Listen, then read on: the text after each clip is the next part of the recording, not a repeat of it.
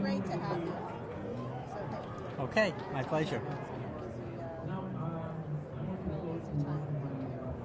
Okay, so tell us,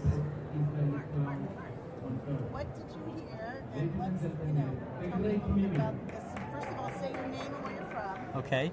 And then tell us a little bit about this family story. Okay. Well, my name is Mark Koblenz, and I'm from Albany, New York. Born, bred, raised, educated there, and I still live there.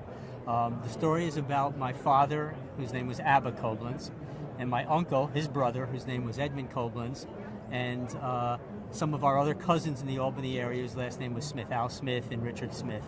And what they did, my uncle, who was 14 years older than my father, had joined the Haganah. He was in America. He was an attorney in practice in Albany, New York. And when the War of Independence broke out, shortly after World War II, my father had been in World War II, came home, was going through college and law school. And my uncle joined the Haganah, and he organized the family to start running guns for the Haganah. What they would do is they would go out into the countryside. I guess a lot of the GIs from World War II brought back souvenirs from Germany or from Japan of guns and whatnot. They would go out and they'd basically buy any ammunition they could, any guns they could, any war material they could find. And since it was all illegal at the time, they'd take them to my cousin Al Smith's sporting goods and pawn shop, where they would create false hocks for them. Basically, they'd put them in pawn, create false records for them, and wait to talk to the Haganah, who would then come up from New York City and pick them up. And so they did that for the entire year period of the war. One story I remember them saying is they went somewhere up north of Lake George, and they found a searchlight that someone had in their backyard, and they were able to get the searchlight, get it working, bring it down, kept it in the pawn shop until the Haganah could come up. And I believe the Haganah probably took them down to the New York City or New Jersey area, where they had to test them, because they had to match the ammo with the guns and with the other materials. They could get daggers. Basically, they got anything they thought would be helpful for the war effort. And they did that for the entire war. My father was in college at the time, and he would go late at night with other cousins, just driving around wherever they could get a contact. Haganah sometimes gave them contacts, friends gave them contacts, until they would just find people, farmers, vets who returned from the war, who were just willing to sell them the materiel that they would brought home. The other piece of my story is what I've been told, and my uncle, Edmund, was very involved in the New York State Republican politics. He was a very good friend of Thomas Dewey. Had Dewey won the presidency against Truman, he believes he would have been the Attorney General of the United States, or some judgeship, Supreme Court or something like that. But my uncle was trying for years to get Dewey to recognize the State of Israel as they were rolling towards the Day of Independence.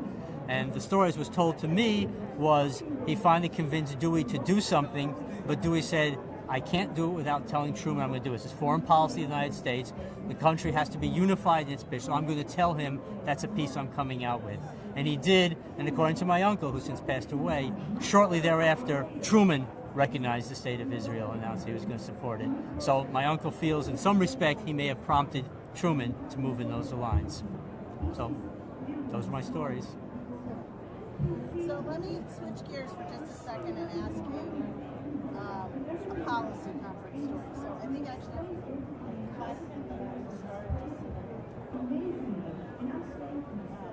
so I just want to ask you while you're here, just tell me your impressions. You've been here now for a day and everything. Tell me, how many times have you been to policy conference? What do you take from it? Well, this is my first poly conference, so I'm a newbie. This is my first policy conference. I'm a newbie. My wife and I came down. We've been members of AIPAC for a number of years, but we never came. So friends told us to come. It's amazing.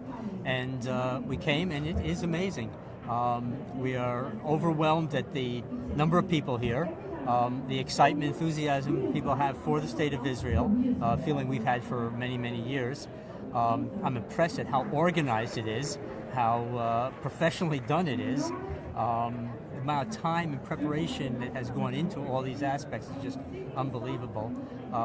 And we're actually meeting people that we haven't seen in a number of years from other settings and whatnot, rabbis that used to be in town that have now moved on to other positions, or people have moved away from the community.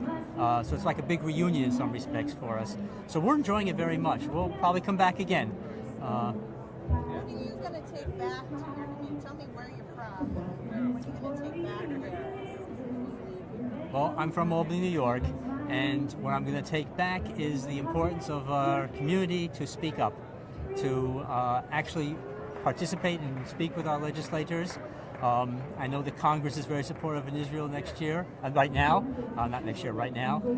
I believe that the future Congresses are sitting now in the state legislatures and probably the municipal legislatures, and that we need to make contacts and inroads in those people because eventually they are going to be moving on to the Congress level. And so our congressman is very supportive of Israel, but also, so it's not worried about his level of commitment. Or my state senators, the New York state senators are very supportive of Israel. So my goal would be to take back some of what I learned to the state legislature, where there are potential the next congressmen are going to come from, and hopefully join with the rest of the AIPAC members in Albany, because there are a fair number of them, in lobbying and doing what we have to do to stand up for the state of Israel and for the American-Israeli relationship. Okay. So good. Okay. Well, just a chance to talk about this. So it was an opportunity. All right. Okay. All right. Thank you. Take